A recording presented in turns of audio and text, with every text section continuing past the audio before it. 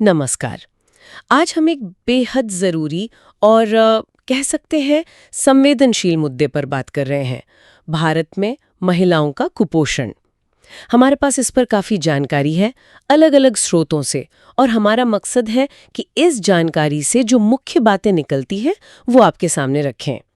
कोशिश करेंगे कि इस जटिल समस्या की एक साफ तस्वीर उभर कर आए। तो सबसे पहले ये समझते हैं कि कुपोषण आखिर है क्या, क्योंकि ये सिर्फ कम खाना नहीं है। जैसा स्रोत बताते हैं, इसमें पोषक तत्वों की कमी भी हो सकती है, अधिकता भी, या फिर असंतुलन। मतलब एक तरफ दुबलापन, नाटापन, कम वजन है तो दूसरी तरफ मोटापा भी, वो भी कुपोषण है। बिल्कुल सही कहा आपने। ये समझना बहुत जरूरी है। कुपोषण एक वाइड टर्म है, और भारत में अगर हम स्थिति देखें तो आंकड़े सच कहूं तो काफी चिंताजनक हैं। जैसे राष्ट्रीय परिवार स्वास्थ्य सर्वेक्षण 5 जो 2019-21 का है, वो बताता है कि 15 से 49 साल की उम्र की करीब 18.7% महिलाएं कम वजन की हैं। लेकिन जो बात सबसे ज्यादा ध्यान खींचती है वो है अनीमिया। अनीमिया? हाँ, खून की कमी। करीब 53% महिलाएं इससे पीड़ित हैं। 53%? जी, आधी से ज्यादा। और साथ ही ये भी देखिए कि लगभग 24% महिलाएं अधिक वजन या मोटापे की श्रेणी में हैं। 53% एनीमिया, ये आंकड़ा तो वाकई सोचने पर मजबूर करता है। आधी से ज्यादा कामकाजी उम्र की महिलाएं। तो फिर इसके पीछे मुख्य कारण क्या दिखते हैं? स्रोत किस तरफ इशारा कर रहे हैं? गरीबी तो होगी ही शायद। हाँ, गरीबी और खाद्य असुरक्षा, मतलब खाने की कमी या उस तक पहुंचना होना, ये तो बड़े कारण हैं ही।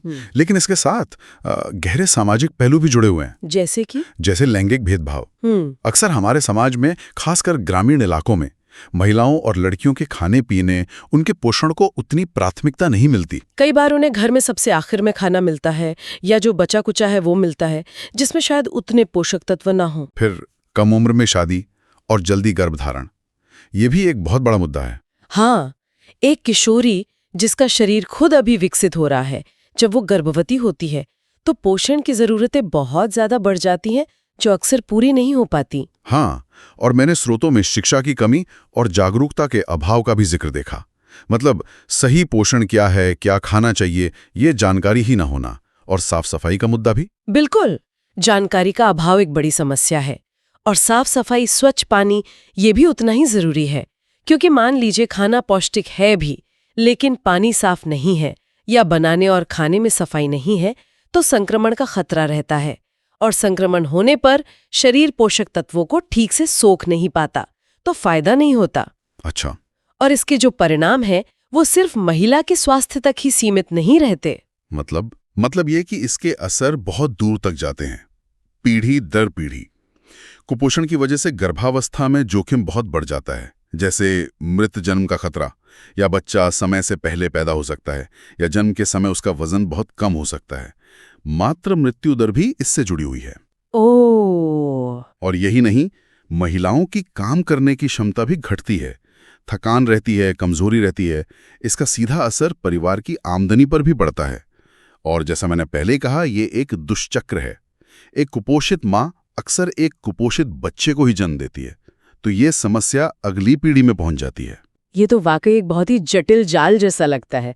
अच्छा, तो क्या सरकारी स्तर पर इससे निपटने के लिए कुछ कोशिशें हो रही हैं? स्रोत कुछ योजनाओं के बारे में बताते हैं। हाँ, बिल्कुल। सरकार ने कई महत्वपूर्ण कदम उठाए हैं, इसमें कोई शक नहीं। जैसे पोषण अभियान है, जिसे नेशनल न्यूट्रिशन मिशन भी कहते हैं। फिर एकीकृत बाल विकास सेवाएं यानी ICDS, जिसके तहत आंगनवाड़ी केंद्र चलते हैं। हाँ, आंगनवाड़ी तो काफी सुना है। जी। और एनीमिया से लड़ने के लिए एनीमिया मुक्त भारत अभियान भी चल रहा है। इन सबका मकसद है पोषण से जुड़ी सेवाएं देना, स्वास्थ्य जांच करना और लोगों में जागरूकता बढ़ाना। ये योजनाएं सुनने में तो काफी अच्छी लगती हैं, लेकिन क्या ये जमीन पर उतनी ही असरदार साबित हो रही हैं? क्या स्रोत इनके अमल में आने वाली चुनौतियों के बारे में भी कुछ बताते हैं? हाँ, चुनौतियां तो हैं, इसमें कोई दो राय नहीं। एक बड़ी चुनौती है योजनाओं का सभी जरूरतमंदों तक पहुंचना। खासकर जो लोग दूर दराज के इलाकों में रहते हैं या हाशिए पर हैं, उन तक सेवाएं पहुंचाना मुश्किल होता है। पहुंच की समस्या। दूसरी बात है सही और समय पर डेटा का मिलना और उसका विश्लेषण करना। यह भी एक मुश्किल काम है। इसके बिना योजनाओं को बेहतर बनाना कठिन हो जाता है। फिर सामाजिक मान्यताएं, महिलाओं के स्वास्थ्य को, उनकी पोषण को कम महत्व देने की जो सोच है, उसे बदलना आसान नहीं है। ये जड़ें काफी गहरी हैं। सही कहा। और स्वास्थ्य सेवाओं की गुणवत्ता और उपलब्धता, खासकर ग्रामीण इलाकों में, वो भी अभी एक बड़ी बाधा बनी हुई है। समझ गए। तो अगर चुनौतियां इतनी सारी हैं, तो फिर आगे का रास्ता क्या हो सकता है? स्रोत क्या सुझाव देते हैं? किन चीजों पर ज्यादा जोर देने की जरूरत है? स्रोत एक मल्टी प्रोंग्ड अप्रोच, मतलब एक बहुआयामी रणनीति की बात करते हैं।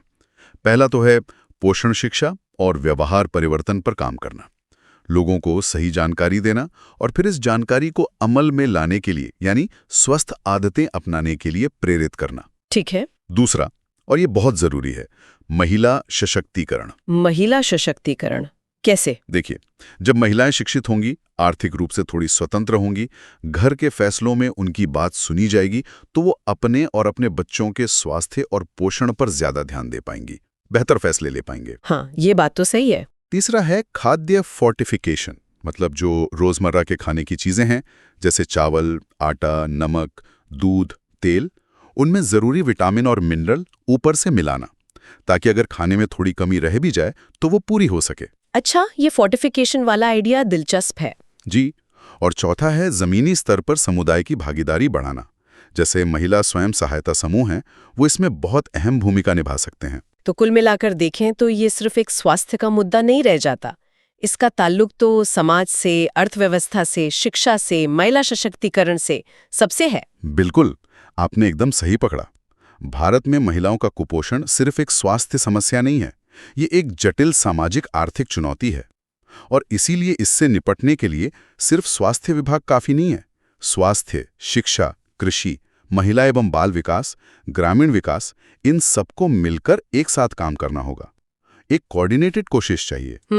मतलब एक इंटीग्रेटेड अप्रोच। जी। तो इसका मतलब ये हुआ कि महिलाओं को सही जानकारी देना, उन्हें जरूरी संसाधन मुहैया कराना और स्वास्थ्य सेवाओं तक उनकी पहुंच आसान बनाना, उन्हें सशक्त करना ही इस कुचक्र को तोड़ने का तरीका है, ताकि आने वाली पीढ़ियों का भविष्य ज्यादा स्वस्थ हो सके। हाँ, बिल्कुल। और अंत में बस एक सवाल मैं श्रोताओं के सोचने के लिए छोड़ना चाहूंगा। क्या हम महिलाओं के पोषण में जो निवेश करते हैं, उसे सिर्फ एक स्वास्थ्य खर्च के तौर पर देखते हैं, या फिर हम इसे देश की तरक्की में, उसकी उत्पादकता बढ़ाने में और उसकी पूरी क्षमता को विकसित करने के लिए एक जरूरी निवेश के तौर पर देखते हैं? इस पर सोचना बहुत जरूरी है।